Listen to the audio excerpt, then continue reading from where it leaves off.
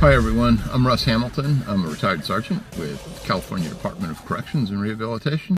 Hey there, Tier Talk fans and Keepers of Chaos. Russ Hamilton here. Wanted to bring you this video. Something happened yesterday and just felt a real need to hit on a few issues and stuff because it's a huge safety problem. This is the sort of thing that has cost a lot of different officers their lives. And so I really felt compelled to hurry up and to get this done.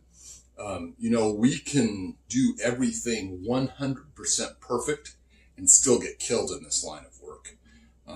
There are a lot of cases, though, unfortunately, where we didn't do things correctly, and that ended up costing people their lives, ended up costing the public their lives, their safety. So these are all concerns that I really wanted to bring out.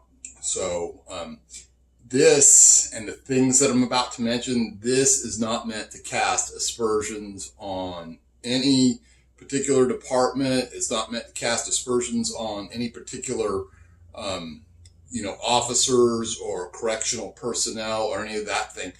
This is to take and dissect and use these unfortunate incidents that happen as a way to look toward the future, to build better safety and to stop this from happening in the future. If we didn't use these sacrifices that have been made by people would have been just that much more senseless.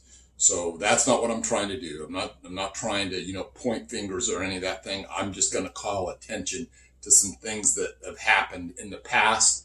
I'm going to call some attention to what happened yesterday. And I'm going to give you a tool to use to hopefully turn the light on in there and make you think when something's going wrong or something doesn't quite look right, that you'll have a way to assess that and to be able to look at it and to stop, perhaps save your own life, perhaps save the life of your partner, perhaps keep the public safe. That's what we do. So anyway, without further ado, I'm going to talk just for a minute here about a particular incident that happened not too long ago in Georgia, right? And unfortunately, this resulted in the loss of life for 2 correctional officers there. So anyway,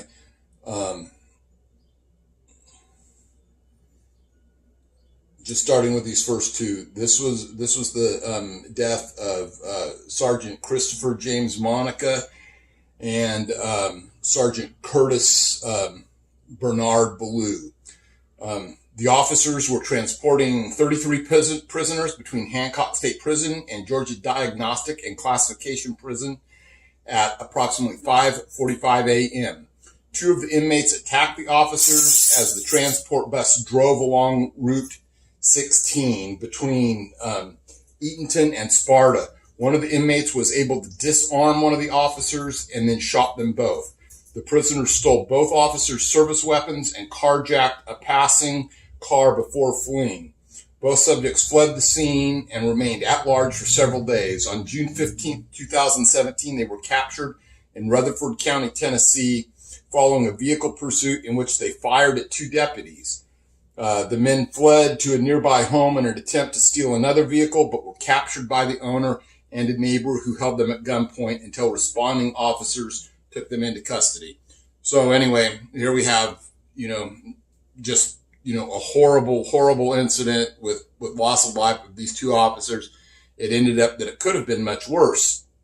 But part of this was caused, unfortunately, by one of the prisoners. I don't even know if it was one of these ones, but a toothbrush was brought on board the bus, and that toothbrush was used to open an unlocked padlock that they were able to push off and thereby gain access to the compartment where the officers were and where they had the weapons. So that's horrible thing.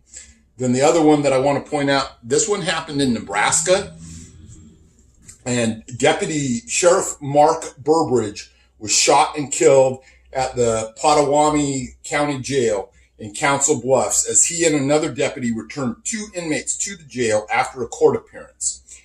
As the deputies began to take the inmates into the jail, one of the inmates attacked him after using a concealed key to remove his shackles. The inmate was able to obtain a firearm from the van and shot both deputies. He then stole the transport van and fled from the jail.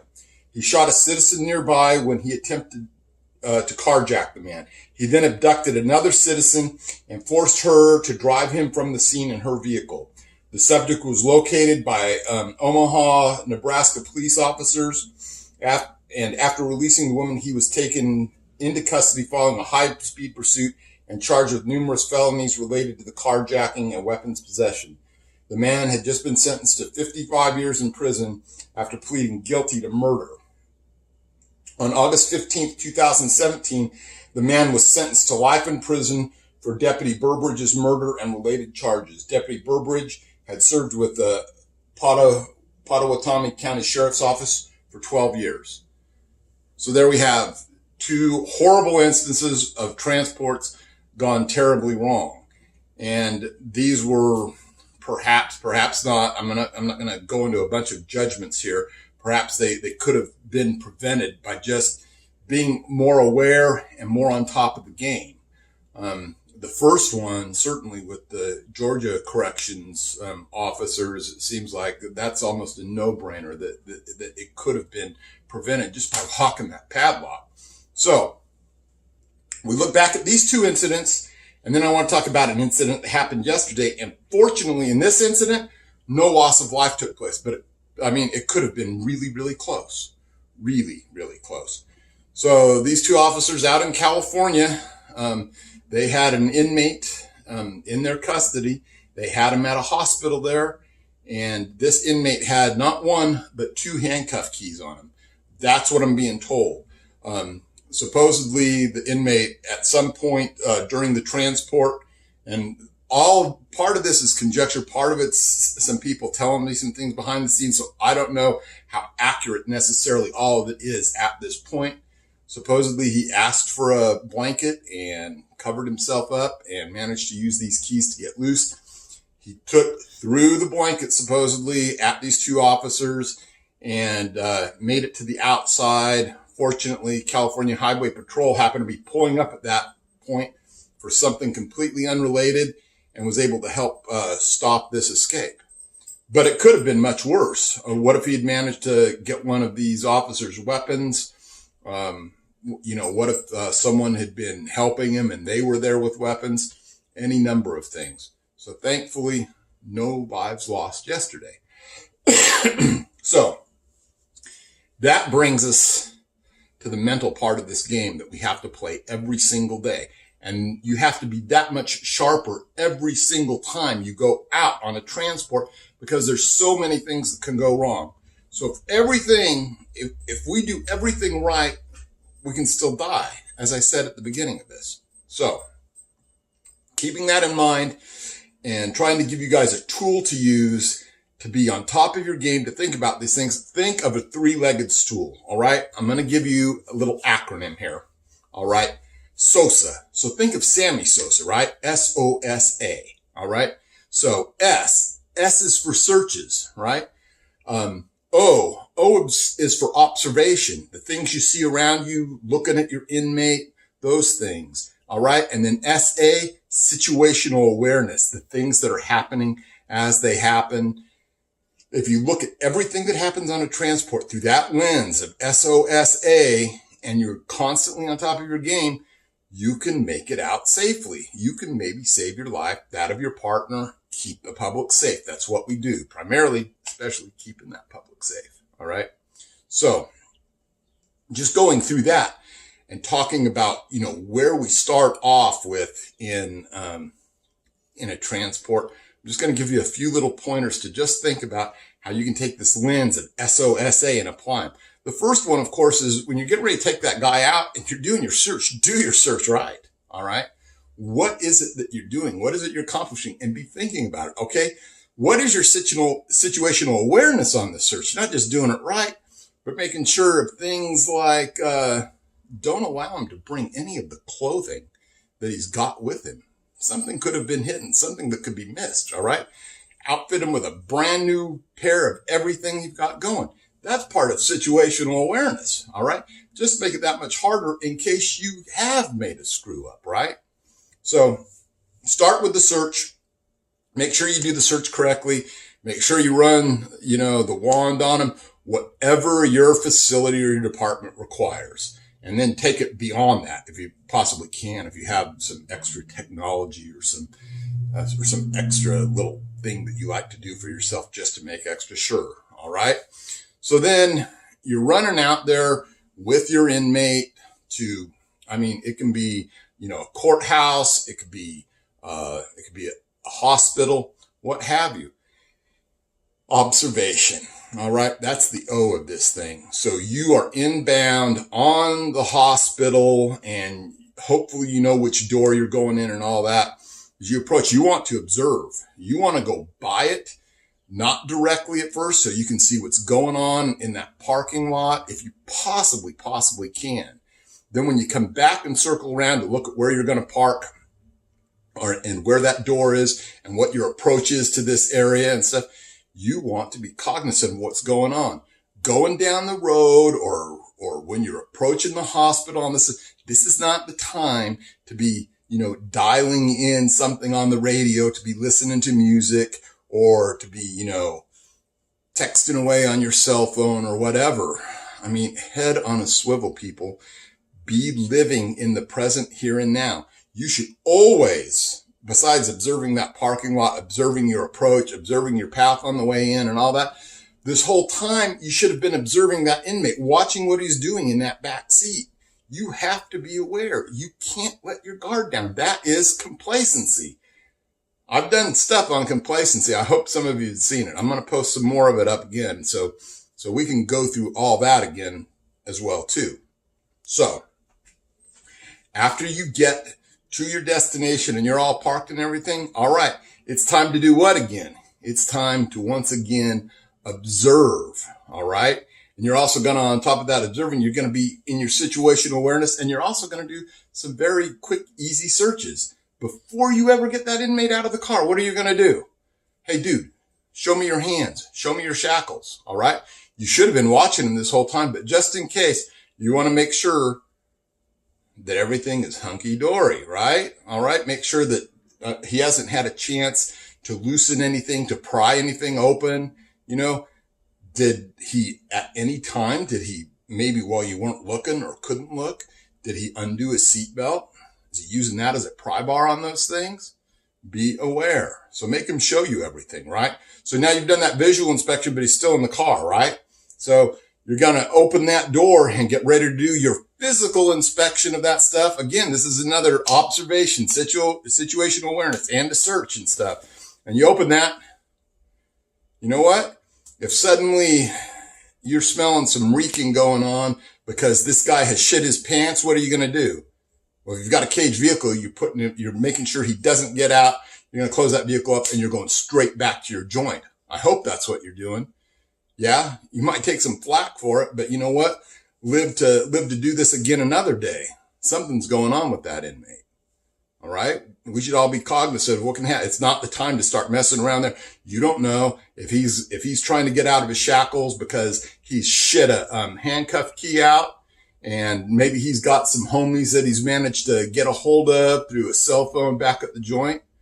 We don't want to take those chances, do we? So anyway, get him up out of that car. Now you're going to physically inspect all of that equipment that's on him, right? Do it. Make it quick, because you also want to get, into the hospital as quickly as you can, get to where there's security at, all that kind of thing. Okay. Once you get him inside there, you want to keep him, of course, in as secure a location with as few people as possible. But I'm not going to go into all that. But what you are going to think about, you go into that examination room, situational awareness. What's going on there, right? Is there a big tray there that he can pick up and knock you the hell out with? Keep him away from that. Be cognizant of your surroundings. Be thinking about this stuff, right? If the doctor's going to be doing some sort of procedure on the guy, know what's in that tray pan. There could be a scalpel. Who knows what in there? We want to make sure he doesn't get a hold of this stuff, that he doesn't secrete it up his butt for later.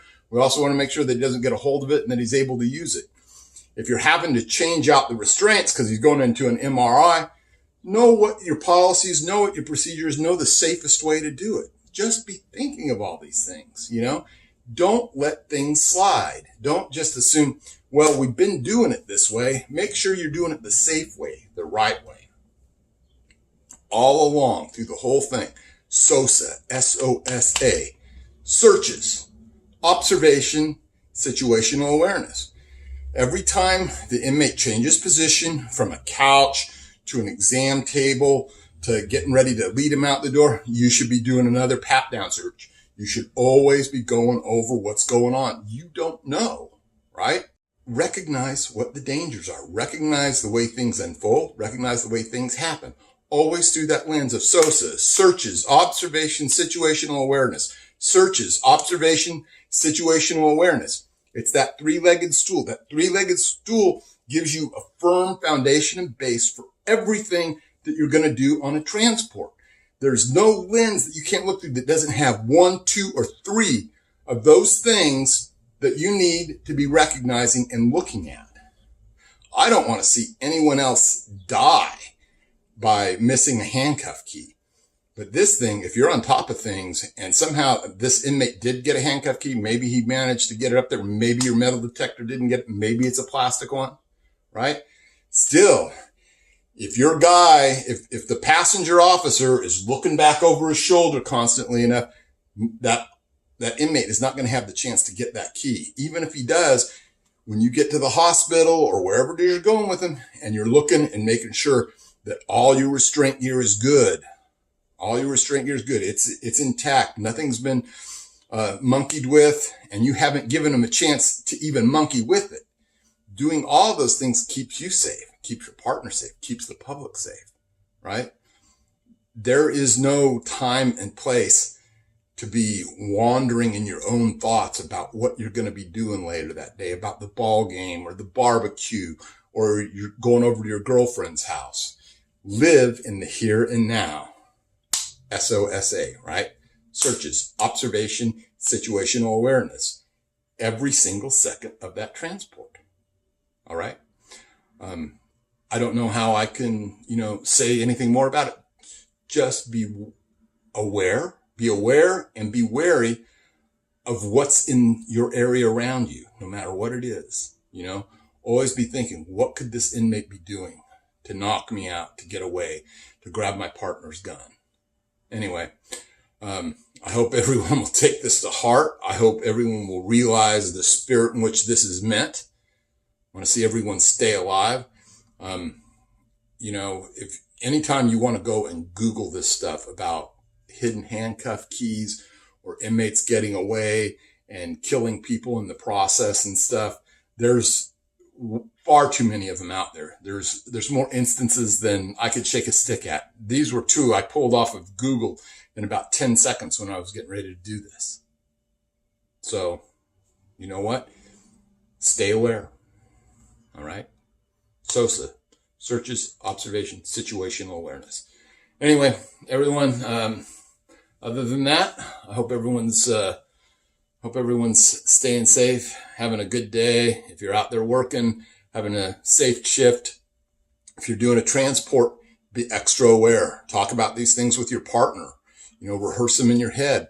Think about the situation that you're going into. Play that what if game all the time. What if the inmate did this? What if the inmate did that?